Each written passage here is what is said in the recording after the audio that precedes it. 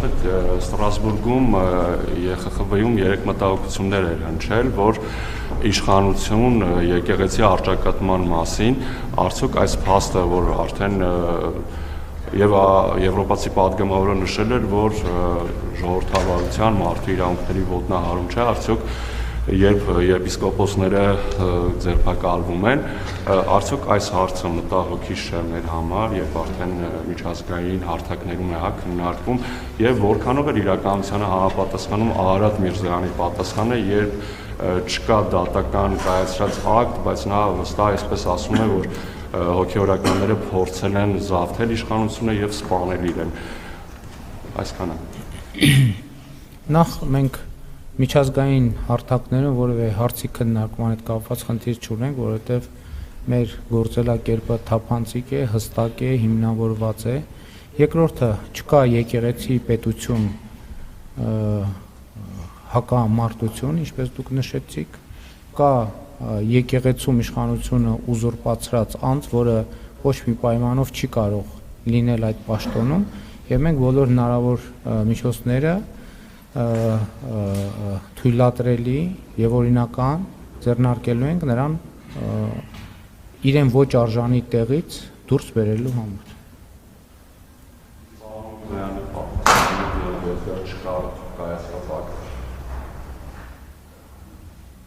Կան փաստեր։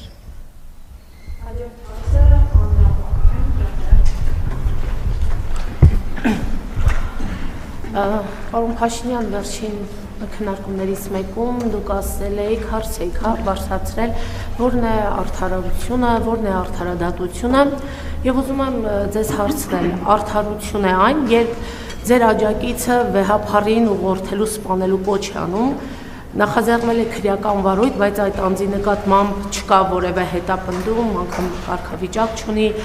արդարություն, արդարադատություն է այն, երբ Արշակ Սրբազանը այն դեպքում է կալանքի տակ, երբ քննչական կոմիտեից չգիտես ինչու, չգիտես ինչպես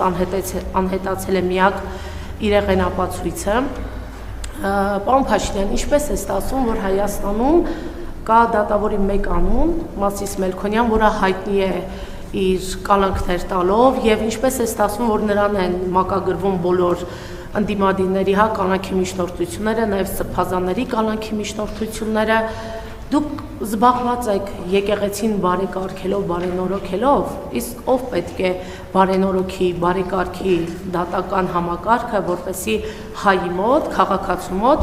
երբ նայում է առաջար դիտորդը, արդարության զգացողություն ունենա։ Գիտեք, ես նախ ձեր նշած դեպքերի մանրամասներին կամ պնդումների մանրամասներին ծանոթ չեմ կարող մեկնաբանել, որտեվ չեմ առնչվել եւ տեղեկություն չունեմ։ Համենայն դեպս ձեր հարցից հետո կփորձեմ հետաքրքրվել, թե ինչի մասին է խոսքը։ Ինչ վերաբերում է արդարությանը եւ արդարադատությանը, գիտեք, որ ոլորտում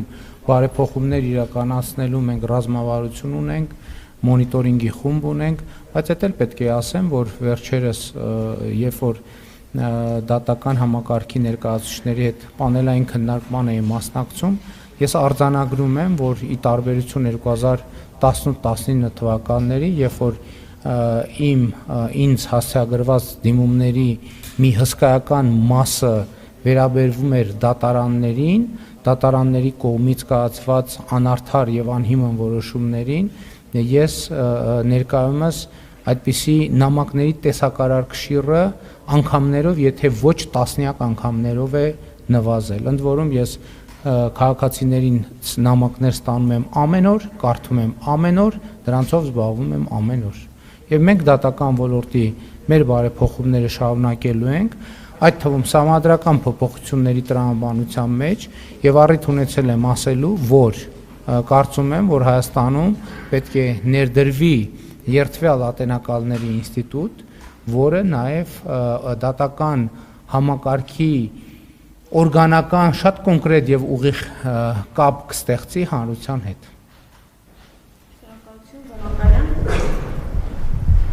Շնորհակալություն։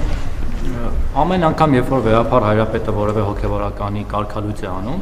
ձեր թիմակիցները գրում են, երևի նաև ձեր ցուցումով կամ ձեր իմացությամբ, որ ասենք, այս ինչ հոգեվորականը կարգալույծ չէ, նա շարունակում է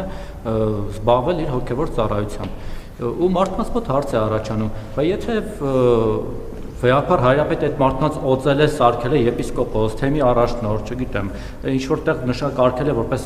հոգևոր սպասավոր։ Ո՞նց եք դուք որոշում, որ այդ մարդը կարգալույց եղած է, թե կարգալույց եղած չէ։ Նույնքե, որովհետև ասենք Գարեգին երկրորդին դուք կաթոլիկոս չեք համարում։ Նույնքե կարող են օրինակ ձեզ վարչապետ չհամարել, ասել դե որ Նիկոլ Փաշինյանը վարչապետ չի, իր նախարարներն են նախարար չեն ու չընդունեն օրինակ ձեր որոշումները։ Նախ սա ոնց է նորմալ է գնահատում թե ոչ, որովհետև նույն հաջողությամբ կարող է օրինակ Առաքել Սրբազանը չհամարվել եպիսկոպոս, որովհետև Արգիշտի Քյարամյանի հայրն է եւ զավակ ունի։ Ինչպես դուք եք ասում, որ Կտրիչ Ներսիսյանը ձեր խոսքերով ասած զավակ ունի։ Եվ մի բան էլ Միքայել Մինասյանից ֆինանսավորման թեման ազգային ժողովում շատ քննարկվեց, դրան նաեւ հետագա զարգացումներ եղան։ Ի վերջո Մինասյանն էլ նորից արձագանքեց գրառմամբ ձեզ եւ Ռոբերտ Քոչյանին նույն ասելով որ դուք իրար հետ նույն խաղն եք խաղում եւ այլն, բայց չմտնել է իրաց այդ դիմադիր խոհանոցի մեջ։ Ի վերջո Միքայել Մինասյանը ձեզ ինչպես է ֆինանսավորել, հայկական ժամանակին բոլորը գիտեին, այն ժամանակ ես էլ հիշում եմ, որ քննարկում է, որ հայկական ժամանակին Միքայել Մինասյանի հետ կապված պրես ստենդը անվերադարձ պայմանագիր է կնքել ձեր թերթի հետ, որպեսզի ձեր թերթի ամբողջ վաճառքի գումարը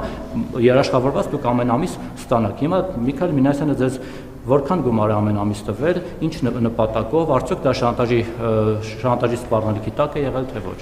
Ես այդ հարցի մանրամասն անդրադարձել եմ ազգային ժողովում հարց ու պատասխանի ընթացքում։ Հայկական ժամանակ օրաթերթը եղել է ինչ որ մի ժամանակահատված Հայաստանի Հանրապետության ամենամեծ տպաքանակ ունեցող, ամենամեծ պահանջարկ ունեցող, ընթերցողների ամենալայն զանգված ունեցող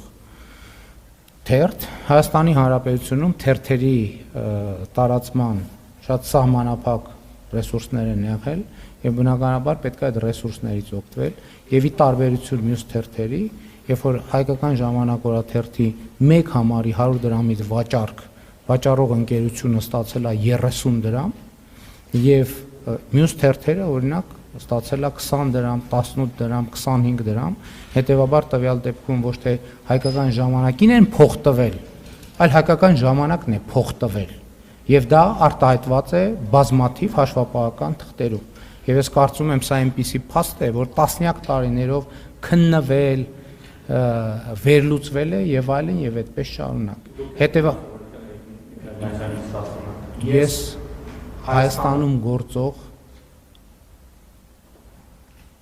ընկերության հետ, որը ոնց էր կոչվում, հայ մամուլ էր, ինչ?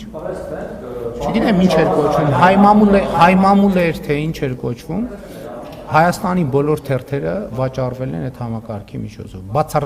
բացարձակապես բոլոր թերթերը։ Միայն ՀԺ չի ունեցել, էլի են եղել նման պայմանագրել, բայց եթե նույնիսկ ՀԺ-ն է ունեցել, ՀԺ-ն եղել է շուկայի թիվ 1 թերթը եւ բնականաբար շատերն են ուզեցել պայմանագիր կնքել հայկական ժամանակը վաճառելու եւ դրա վաճառքի արդյունքում շահույթներ ստանալու եւ հետեւաբար հայկական ժամանակն է գումար տվել եւ ոչ թե հայկական ժամանակին են գումար տվել եւ դա արտահայտված է հաշվապահական թղթերով, վճարված հարկերով, հաշվապահական հաշվետվություններով եւ այլն եւ այդպես շարունակ։ Ինչ? Շատ մի րոպե, մոնիտորինգ արեք, ուրեմն մոնիտորինգ արեք եւ տեսեք, որ հայկական ժամանակը չկա այդպիսի մարդ, որի վերաբերյալ ունեցել է որևէ կաշկանդվածություն իր հիմնադրման առաջին օրից։ Ով ուզում է լինի, կլինի դա Սերժ Սարգսյան իր ընտանիքի անդամներ, Ռոբերտ Քոչարյան իր ընտանիքի անդամներ, այլ կոռուպցիոն շրջանակներ եւ իրենց ներկայացուցիչներ։ Հայկական ժամանակի բոլոր հրապարակումները առկա են եւ որևէ մեկը չի կարող այդպիսի պնդում անել։ Եթե որևէ մեկը այդպիսի պնդում անի, կգտնվեն տասնյակ, ոչ թե 1, ոչ թե 2, այլ տասնյակ հրապարակումներ, ներառյալ կոռուպցիոն բացահայտումներ եւ ինչ այլոց հայկական ժամանակի գործունեությունն է, որ Հայաստանում հիմք է դրել եւ հիմքեր է ստեղծել Հայաստանի Հանրապետությունում ժողովրդական ոչ բռնի թավշյա հեղափոխության համար։ Հետևաբար ձեր եւ այդ կարգի բոլոր մնացած մտահանգումները պարզապես մտածածին են։ Հոգեվորականների մասով Թող փորձեն։ Ասում են թող փորձեն։ Թող փորձեն։ կառավարության։ Հենց այդ եմ ասում, մենք ունենք, որովհետև ժողովրդից ստացել ենք այդ իշխանությունը բանեցնելու լեգիտիմ մանդատ։ Եվ մենք Կտրիչ Ներսիսյանի նման ինքնակոչ չենք։ Եվ այո, մենք չենք ճանաչում Կտրիչ Ներսիսյանի կայացրած որևէ որոշում եւ իմիջայլոց այդտեղ արդեն մենք իրավական արձանագրումներ ունենք եւ բոլորը պարտավոր են պետության մեջ հաշվի նստել իրավական արձանագրումների հետ, անկախ նրանից որտեղ են աշխատում, վարչապետ են, կառավարության շենքում են աշխատում, թե որևէ այլ տեղ։ Ներառյալ դուք, ներառյալ նաև այն մարդիկ, ում անունը տալիս եք։ Ավելի բարձր